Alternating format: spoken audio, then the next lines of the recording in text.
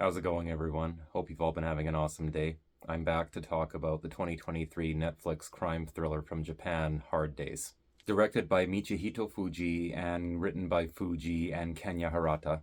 This is actually the third version of this film. It's a remake of a 2014 Korean thriller that apparently made a bit of a splash when it came out, although I was ignorant of it when I watched this, the same way that I was ignorant of the remake that it has already received in France, apparently. It revolves around a corrupt cop who is involved in a hit and run on his way to see his dying mom in the hospital. He thinks he successfully covers it up, but it turns out, as you might expect, to have very fateful complications and consequences. You know, it makes me weep to say it, but I might as well get it out of the way up front because it's eating me up inside.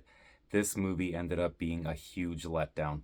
Sorry to show my cards so early, but honestly, it kind of hurts me a little bit more in this case because for the first 2/3 of it or so, this was feeling like one of the best movies I had seen in 2023. I don't care if this is the third version of the story. For the first 2/3 or so, this movie is juggling all sorts of plot threads and complications and twists like a conductor waving a wand. It's just beautiful. I was completely with it. I was invested, I was engrossed. And that's before we even get to the halfway point where the movie really flipped things on me and gave me a twist that was very enriching to the story besides being a big wow moment. And looking back on it, it does not cheat. Like, it's built up to in a very careful and very clever way. You've also got some little moments of dark humor peppered in here or there, and a protagonist who is thoroughly unlikable, but nevertheless compelling to watch. It's sort of like the effect that Adam Sandler has in Uncut Gems.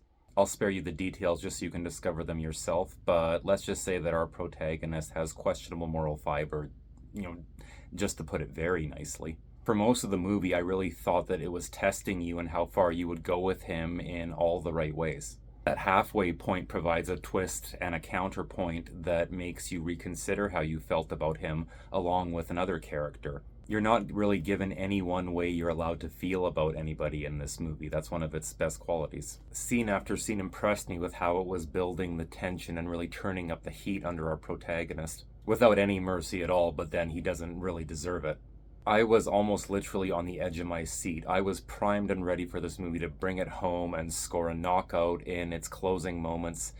And then we got to that last half hour, and man, oh man, this thing just shit the bed like a flock of nervous pigeons. I don't know where to start. You get that whole stupid cliche with the villain never actually being dead pulled on you not once, but twice. The second time is probably the lamest and most obvious fake-out death since Sicario 2. I actually groaned when it was happening, and I was sitting there in the quiet of my living room just actually saying out loud, oh, come on, and groaning, and just oh, don't do this, please don't do this. The cats were staring at me. But honestly, there is not a single thing that happens in the last half hour of this movie that I could buy. I mean, I'm the patron saint of suspension of disbelief, but this was too much and also just too lame.